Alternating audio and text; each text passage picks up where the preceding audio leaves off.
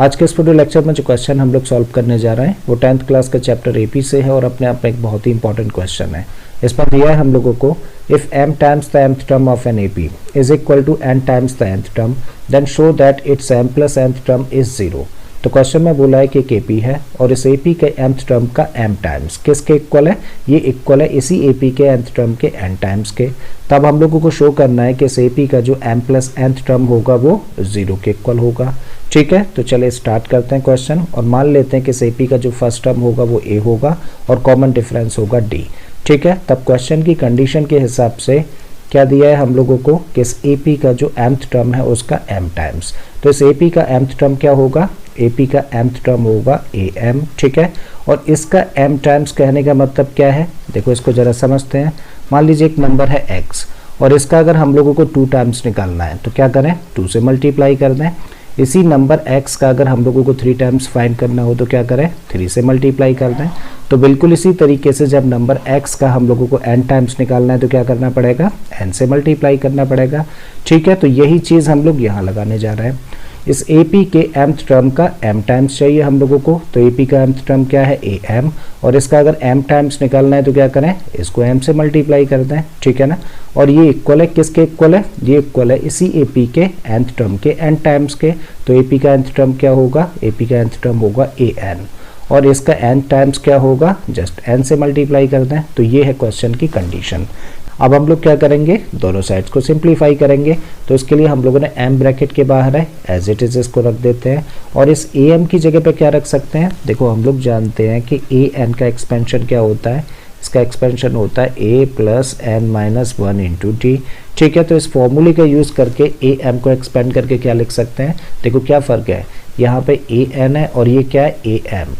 तो जस्ट इसका एक्सपेंशन जो होगा उसमें क्या होगा, जहाँ n है वहाँ पे m आ जाएगा। ठीक है ना, तो क्या होगा a plus m minus 1 into D होगा किसका एक्सपेंशन, am का रख देते हैं। तो a plus m minus 1 into d expand करके लिख दिया, ब्रैकेट कर दिया close and this equal to n bracket के बाहर है, रखिए इसको ब्रैकेट के बाहर। और an का एक्सपेंशन तो पता ही है ना क्या होता है, a plus n minus 1 into D रख देते हैं। तो a plus n minus 1 into D और ब्रैकेट है, क्लोज कर दीजिए इसको। आई थिंक बात यहाँ तक समझ आती है। अब हम लोग m ब्रैकेट के बाहर है, इसको चलिए एज इट इज़ रखते हैं। a हम लोगों ने एज इट इज़ रखा और यहाँ पे हम लोगों ने फिर से एक ब्रैकेट देखा, m माइनस 1 ब्रैकेट में है और d ब्रैकेट के बाहर है। इसका मतलब इस d का मल्टीप्लाई ब्रैकेट के अंदर दोनों टर्म्स के साथ में करना पड़ेगा। ठीक है, तो जब इस ब्रैकेट को ओपन करेंगे तो d का मल्टीप्लाई m के साथ में करेंगे तो बन जाएगा क्या, ये बन जाएगा md।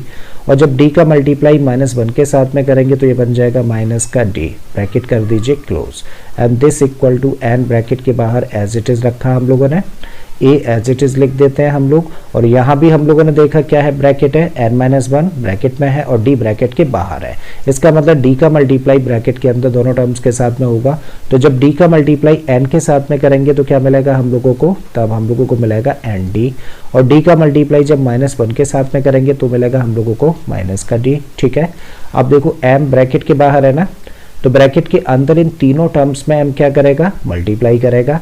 तो जब m का मल्टीप्लाई हम लोग a के साथ में करेंगे तो क्या मिलेगा हम लोगों को, तब मिलेगा am। अगेन m का मल्टीप्लाई हम लोग md के साथ में करेंगे तो जब m और m का मल्टीप्लाई होगा तो ये बन जाएगा m स्क्वायर और साथ में क्या है d, तो ये बना m स्क्वायर d। बिल्कुल इसी तरीके से जब m का मल्टीप्लाई माइनस d के साथ में करेंगे तो ये पॉजिटिव है और ये नेगेटिव है तो नेगेटिव होगा, और m और d का मल्टीप्लाई किया जाएगा तो प्रोडक्ट होगा md। इक्वल टू का साइन लगा दीजिए, n ब्रैकेट के बाहर है तो तीनों टर्म्स के साथ में n मल्टीप्लाई करेगा। तो जब n का मल्टीप्लाई a के साथ में करेंगे तो ये बनेगा an। अगेन n का मल्टीप्लाई n d के साथ में करेंगे तो बन जाएगा n स्क्वायर d। और जब n का मल्टीप्लाई माइनस d के साथ में करेंगे तो प्लस और माइनस का प्रोडक्ट होता है माइनस, और n और d का मल्टीप्लाई करेंगे तो ये बनेगा nd। आई थिंक बात यहाँ तक क्लियर है।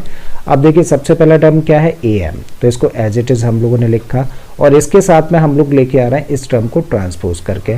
तो जब an को इधर ट्रांसपोज करेंगे तो ये माइनस में आएगा, तब इसको लिख सकते हैं माइनस का an। फिर अगला टर्म क्या है इस साइड में, m स्क्वायर d है, लिखो। और इसके साथ में हम लोग ला रहे हैं इस टर्म को, ये क्या है, एन स्क्वायर डी पॉजिटिव है, तो जब इसको इधर ट्रांसपोज करेंगे तो माइनस में आएगा, तब इसको लिख सकते हैं एन स्क्वायर डी। फिर अगले टर्म पर आइए, क्या है, माइनस का एम डी है, ठीक है। और इसके साथ में हम लोग इसको ट्रांसपोज करेंगे, ये नेगेटिव है क्योंकि, तो जब ट्रांसपोज किया जाएगा तो प्लस का हो जाएगा, और तब लिख सकते हैं इसको एन डी। और क्योंकि अब तीनों टर्म्स ट्रांसपोज कर दिए गए तो इसका मतलब इधर क्या बचेगा, कुछ नहीं, कुछ नहीं का मतलब जीरो, ठीक है।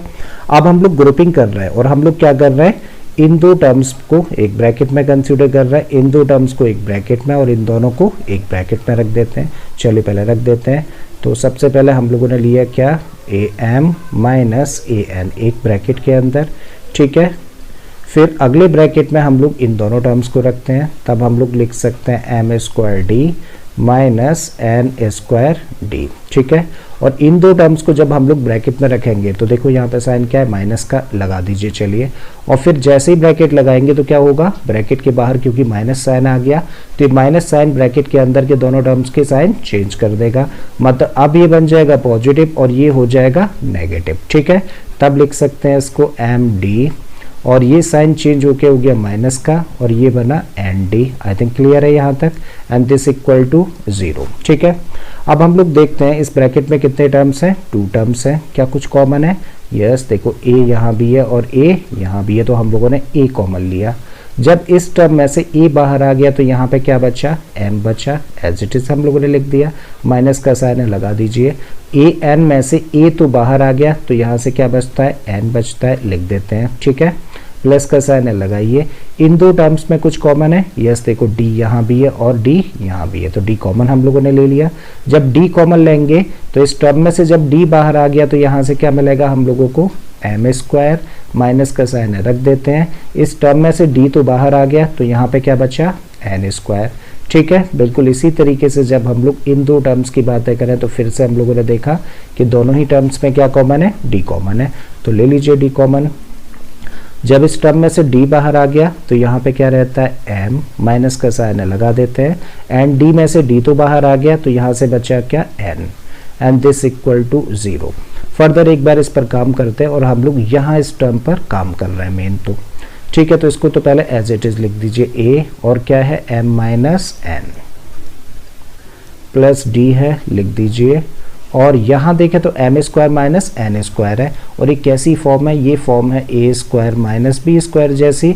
और अगर a square minus b square होता है तो इसका फैक्टराइजेशन क्या होता है, इसकी जगह पर लिखा जा सकता है ए प्लस बी इंटू ए माइनस बी।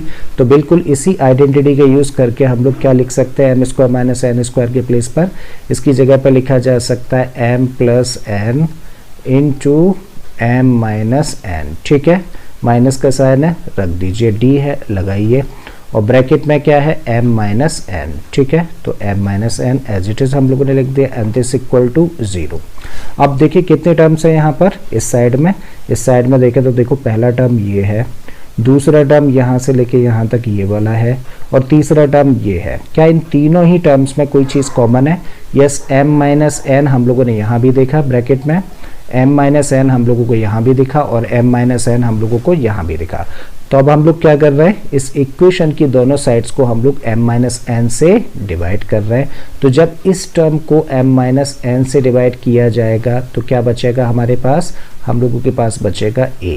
इस टर्म को जब m माइनस एन से डिवाइड करेंगे तो ये टर्म हट जाएगा, तो क्या बचेगा, ये चीज़ बचेगी ना, मतलब d, और इंटू में क्या रहेगा, m प्लस एन, ठीक है। माइनस का साइन लगा दीजिए। जब इस टर्म को हम लोग m माइनस एन से डिवाइड करेंगे तो यहाँ सिर्फ क्या बचेगा, यहाँ पे बचेगा d, and this equal to, जब जीरो को m माइनस एन से डिवाइड करेंगे तो क्या मिलेगा, हम लोगों को जीरो मिलने वाला है, ठीक है। अब हम लोग देख रहे हैं कि यहाँ इन दो टर्म्स में क्या कुछ चीज़ कॉमन है, यस देखिए d यहाँ भी है और d यहाँ भी है, ठीक है। तो a को तो हम लोगों ने चलिए एज इट इज लिखा, प्लस का साइन लगा देते हैं, और इन दो टर्म्स में से जब d कॉमन लें तो बाकी बची हुई चीज़ों को ब्रैकेट में रखेंगे। तो चलिए d कॉमन ले लेते हैं पहला, तो d हम लोगों ने ब्रैकेट के बाहर रख दिया।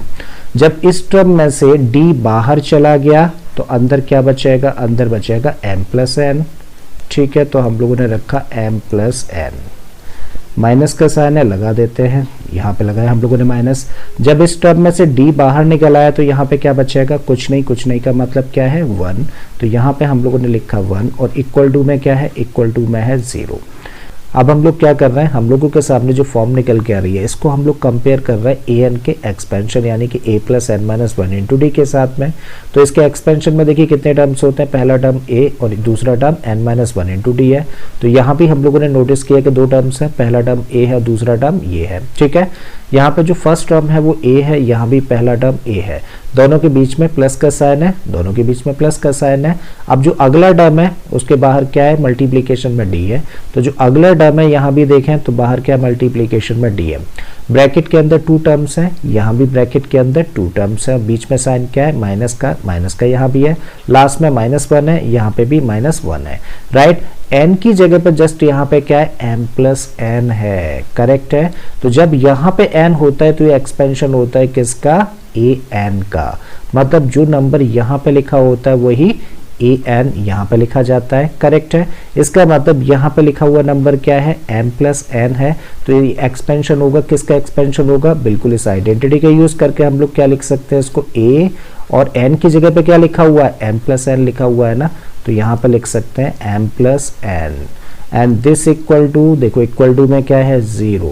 तो हम लोगों ने क्या शो कर दिया कि भाई इस AP का जो m प्लस nth टर्म होगा वो क्या होगा, 0 होगा, और यही चीज हम लोगों को प्रूव करनी थी, ठीक है। मुझे उम्मीद है स्टूडेंट्स कि आप लोगों को क्वेश्चन बड़े अच्छे से समझ आ गया होगा। अगर ऐसा है तो प्लीज़ वीडियो को लाइक कर दें, चैनल को सब्सक्राइब करना, और बाकी के क्वेश्चंस के लिए आप मेरी प्लेलिस्ट में चले जाइए। इस तरीके के बहुत सारे क्वेश्चंस मैंने ऑलरेडी अपलोड किए हैं। मैं फिर से आता हूँ एक नए क्वेश्चन, एक नए कॉन्सेप्ट के साथ में। Till then keep learning and thank you for watching this video.